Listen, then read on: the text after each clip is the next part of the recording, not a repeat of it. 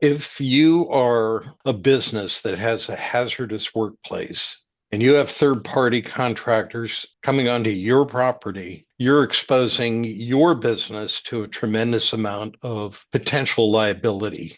How do you help people get out of that, oh my God, it's another cost, and realize that it's actually cost saving, all the benefits that come out of it? What's the pivot point where you're able to get that conversation moving? What we're seeing is an insurance landscape that is responding to increasing costs. The organizational failures are very similar from one industry to the next.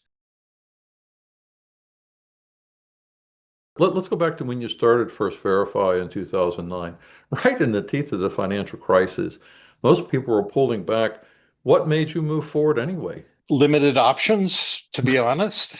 If you think about when that occurred, it was, I think they called it the Great Recession. And having left a position as the chief executive, I probably wasn't going to be a good candidate in a down economy at an entry level position. So my options were to continue entrepreneuring. So that really drove the efforts, and it wasn't a straight line. I mean, I explored franchise consulting and other avenues before running across an opportunity where a former franchisee who had sold his business and went into the safety business, I was catching up with him, checking in, and I heard that he'd wanted to expand the business nationwide and thought that I might be able to help him do that.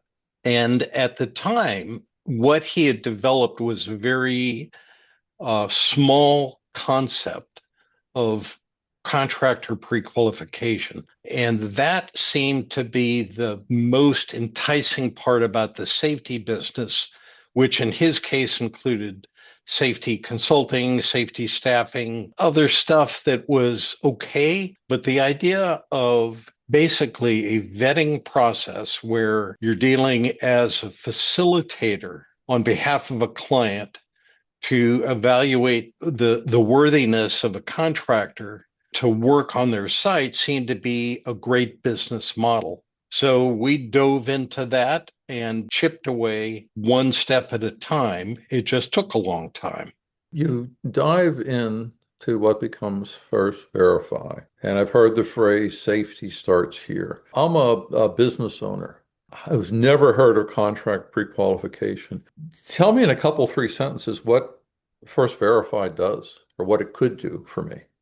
If you are a potential hiring client that operates a business that has a hazardous workplace and you have third party contractors coming onto your property to turn wrenches, you're exposing your business to a tremendous amount of potential liability. It's really about managing the risk of third parties. And obviously, one of the ways to do that is to hire third parties that have a demonstrable history of performing and working in a safe fashion. So, what we do is we help companies reduce the risk that they incur by hiring contractors, by evaluating their safety performance as a company, their compliance with the client's insurance requirements, financial requirements, and other business information that are specific to the hiring client themselves. So we create a structured system that gives hiring clients visibility into their risk so they're not relying on assumptions, incomplete information, or spreadsheets in a file cabinet. What happens when a contractor fails pre-qualification? Is there a path back or is that the end of the relationship? Oh, no, there's definitely a path back because I'd say roughly 60% are non-compliant. It Wow. may be a minor aspect. We measure a bunch of different metrics. You may not be familiar with them, but I'll toss out the acronyms: the EMR, TR, IR, DART, lost workday case rate. These are metrics for both safety and insurance criteria that have average thresholds within a given industry. So what companies try to do is take a look at doing equal to or better than the average as the requirement.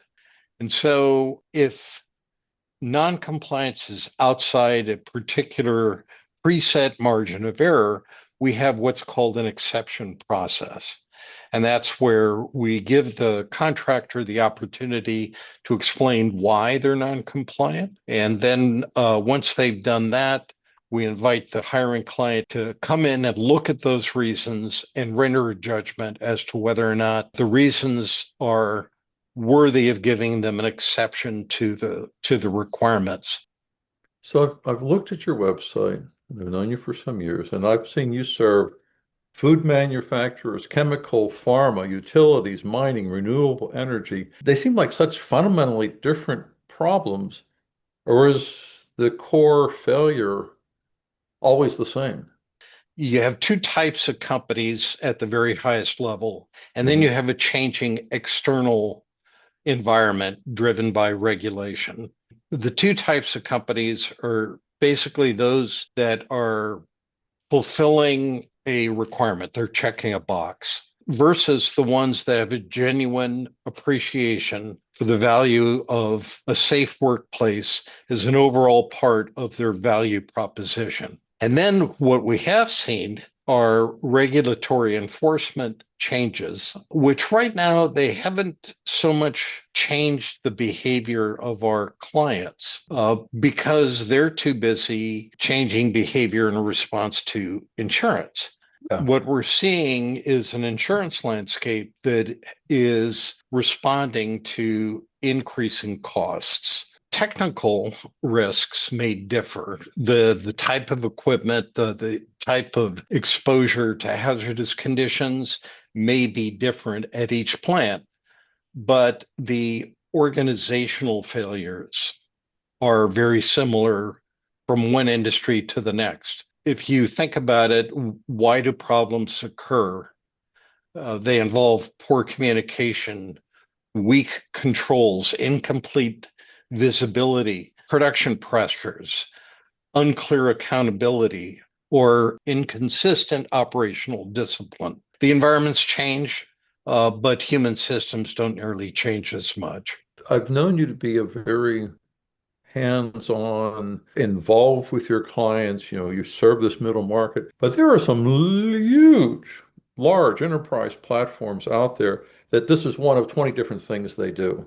You know, it's kind of the difference between a international bank and the local bank, I guess. But what do they fail to see, these big enterprise that have safety as one of their many menu of options that a firm like First Verify gets right?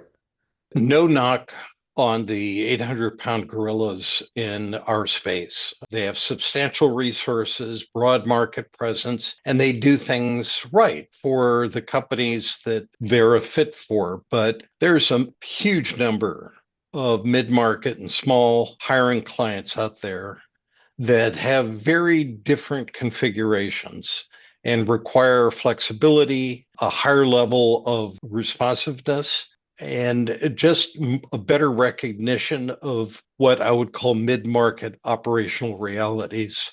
Most of these types of organizations don't need an enterprise level bureaucracy. They need a system that's configured, that's tailored to the very specific risks and the workflows and the operational culture that they have. One advantage we have is we're more nimble. We can operate with a much higher level of service orientation rather than treating clients as kind of moving tickets through a large machine. You know, when I hear what you're talking about with, you know, safety starts here, my immediate concern is, oh, it's just another cost center. How do you help people get out of that, oh my God, it's another cost, and realize that it's actually cost saving, all the benefits that come out of it? What's the pivot point where you're able to get that conversation moving in that direction? Well, that conversation has to take place before they call us. It's kind of why they call us. Hmm. And getting people to understand the importance and the critical aspect of safety as an organization wide value, not a department. is one of the biggest challenges that exist out there in the marketplace. What we can do to help rip the Band-Aid off and get people to see that is limited, obviously. But if we can get in front of them, we make a very good case that there's a very strong argument that associates poor safety performance and the financial impact of that, the reputational impact of that, with poor communication, poor planning, poor discipline, all of the components that our service will help facilitate. It really requires a philosophical awakening at the level of the executive management. And to the extent that they're open to that, we can help nudge them in that direction. But for the most part, it has to come from the top and be in place before we arrive.